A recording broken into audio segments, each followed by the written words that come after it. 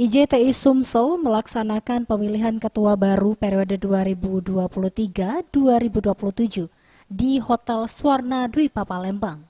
Acara ini dihadiri Ketua Bidang Organisasi IJTI Muhammad Zazuli dan Asisten 3 Bidang Administrasi dan Umum Setda Sumatera Selatan Kurniawan. Ketua Bidang Organisasi IJTI Muhammad Zazuli mengatakan IJTI adalah organisasi profesi sehingga ia berharap kepengurusan baru mampu membawa IJTI Sumsel berkontribusi pada masyarakat dengan kompetisi mumpuni.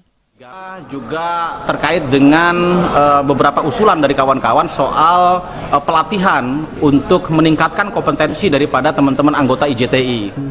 Sementara Asisten 3 Bidang Administrasi dan Umum Setda Sumsel Kurniawan mengatakan sinergi antara IJTI Sumsel dan Pemprov Sumsel yang selama ini terjalin lebih ditingkatkan lagi dengan kepengurusan yang baru. Adanya kepengurusan yang baru bisa bersinergi dengan pemerintah provinsi dan kabupaten kota di Sumatera Selatan dalam rangka untuk membangun Sumatera Selatan ke depan yang lebih baik.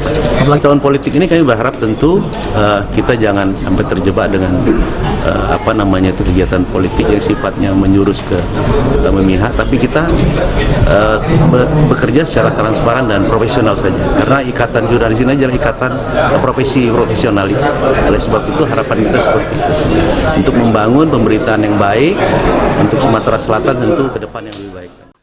Ketua Umum IJTI periode 2023-2027 Muhammad David terpilih secara aklamasi sebagai Ketua IJTI karena 2 kandidat lainnya mengundurkan diri.